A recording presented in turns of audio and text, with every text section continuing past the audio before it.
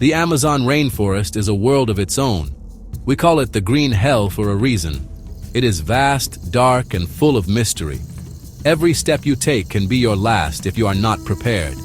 The air is thick and heavy with moisture, and the sounds of unseen creatures fill every moment. It is a place that demands respect.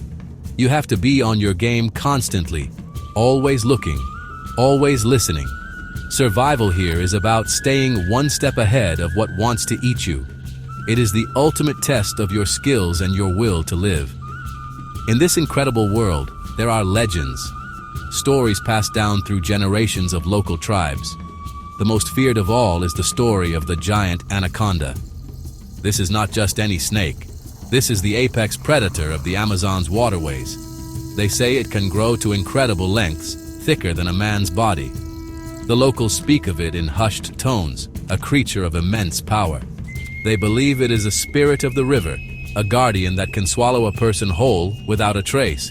This is not a monster from a movie. It is a real and present danger. Our expedition pushed deep into this unforgiving environment. We were here to document the incredible biodiversity, but we were also chasing the legend. We wanted to see if the stories of these colossal snakes were true. The jungle closed in around us, a wall of green that seemed to have no end. The heat was relentless, and the insects were a constant torment. Every day was a struggle, pushing our bodies and minds to the limit. We knew the risks, but the pull of discovery was stronger. The Amazon doesn't give up its secrets easily, and we were about to find out why. The fear of the anaconda is not just about its size, it is about how it hunts. It is a master of camouflage, blending perfectly with the murky river water and the muddy banks. It can wait for days, motionless, for the perfect moment to strike. Its attack is silent and brutally efficient. It does not use venom. It uses pure, raw power. It wraps its muscular body around its prey, and with each breath the victim takes, the snake tightens its grip. It is a terrifying way to go, a slow and powerful squeeze that ends all hope. This is the reality of the creature we were seeking. Our guide, a man named Mateo who had lived in the jungle his entire life, started to grow uneasy. He would stop often, sniffing the air and scanning the muddy riverbanks. He pointed out things we would have easily missed. A large, smooth trail disappearing into the water, too wide for any creature we knew. He showed us broken branches high up on the riverbank, snapped by something of immense weight and size. Mateo spoke little English, but his gestures and the look in his eyes were clear. He was warning us. He was telling us that we were in the territory of something very, very big. The warnings were not just physical signs. They came in the form of stories he told around the campfire at night. He spoke of a great serpent, a mother of the river, that protected these waters. He said it did not like intruders. He described how other animals, even jaguars, would give this part of the river a wide berth.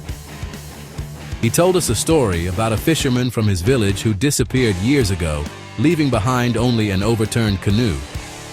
The village elders said the great anaconda had claimed him. We listened, a mix of fascination and growing unease spreading through our team. As we traveled deeper, the jungle itself seemed to change.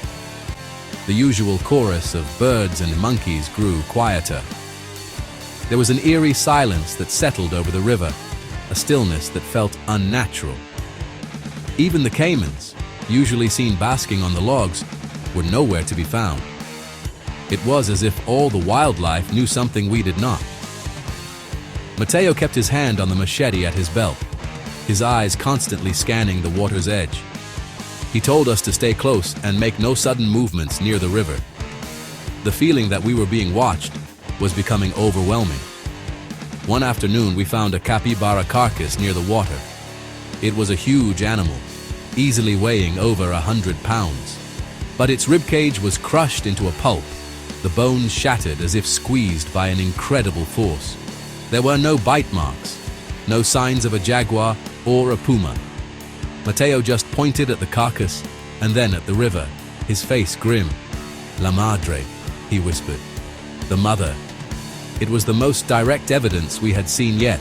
A creature that could do this to a large capybara could certainly do the same to a human. The reality of the danger was sinking in. We made camp on a high bank, a few hundred feet from the river's edge. We thought the elevation would give us some safety. As dusk fell, the jungle transformed. The familiar sounds of the day were replaced by a new, more sinister orchestra. The air grew cold, and a thick fog rolled in from the river, blanketing our camp in a ghostly white shroud. Every snap of a twig, every rustle of leaves, sent a jolt of adrenaline through us. The darkness was absolute, and our headlamps could only cut small holes in the oppressive blackness that surrounded us. It felt like we were trapped in a small bubble of light. Sleep was impossible. The sounds were a constant assault on the senses. There were low growls that we couldn't identify, and strange, deep, slithering sounds that seemed to come from just beyond the firelight. Was it just the wind, or was it something more? Every time I closed my eyes, I imagined a massive serpentine head emerging from the darkness. The tension in the camp was a physical thing. We were all on edge, our hands never far from our knives or machetes. We were a group of experienced explorers, but that night, we felt like frightened children. Mateo did not even try to sleep. He sat by the fire, sharpening his machete with a stone, his eyes fixed on the darkness that led down to the river. He was chanting softly in his native tongue, a prayer or a plea to the spirits of the jungle. His fear was contagious. He knew this place, he understood its rhythms, and his behavior told us that something was deeply wrong. He warned us not to go anywhere alone, not even to the edge of the camp. The hunter was out there, he said, and it was patient. It was waiting for a mistake. The most terrifying sound came just before dawn. It was a deep, resonant exhalation, like a huge bellows emptying its air. It was close, too close. It was followed by the sound of something incredibly heavy dragging itself across the forest floor. We all froze, our hearts pounding in our chests. The sound moved slowly, deliberately, circling our camp just out of sight. It wasn't trying to be stealthy. It was letting us know it was there. It was a display of dominance, a warning. The great Anaconda was marking its territory, and we were in the middle of it. Morning could not come soon enough. As the first light of dawn broke through the canopy, we felt a wave of relief. But our ordeal was far from over. We had to break camp and move on, which meant going back down to the river. We packed quickly, our nerves frayed. We decided to send one of our team members, a young biologist named Ben, down to the water's edge to check the boat. He was careful, scanning the area before he approached the river. But the Anaconda is a master of its element. It was not on the bank, it was in the water, perfectly hidden beneath the murky brown surface. The attack was shockingly fast. One moment Ben was standing by the boat, and the next, a massive dark head erupted from the water. It was as thick as a telephone pole. It didn't bite. It simply lunged forward, using its head as a battering ram to knock Ben off his feet and into the shallows. Before he could even scream, a massive coil shot out of the water and wrapped around his legs. Then another wrapped around his waist. He was dragged into the river, the water churning as the giant snake began to constrict, its immense power on full display. Our training kicked in. Panic is a killer in the wild. We rushed down the bank, yelling and screaming to try and intimidate the snake. Two men grabbed Ben's arms, trying to pull him back to shore, but it was like pulling against a locomotive. The snake was impossibly strong. I grabbed my largest knife, and Mateo wielded his machete. We plunged into the waist-deep water, stabbing and hacking at the thick, muscular coils. The snake's skin was like tough leather, and our blades seemed to have little effect. Ben was gasping, his face turning blue as the snake tightened its grip. It was a desperate, primal struggle. We were fighting for our friend's life against a living embodiment of the jungle's power. For what felt like an eternity, the snake, would not let go. It was focused solely on its prey. Then, Mateo, with a surge of adrenaline, managed to land a deep blow with his machete near the snake's head. The creature recoiled in pain. Its grip loosened for just a second, but it was the opening we needed.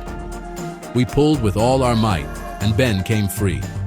We scrambled back onto the bank, dragging him to safety as the wounded anaconda thrashed in the water and then disappeared into the depths. The legend was real, and we had survived.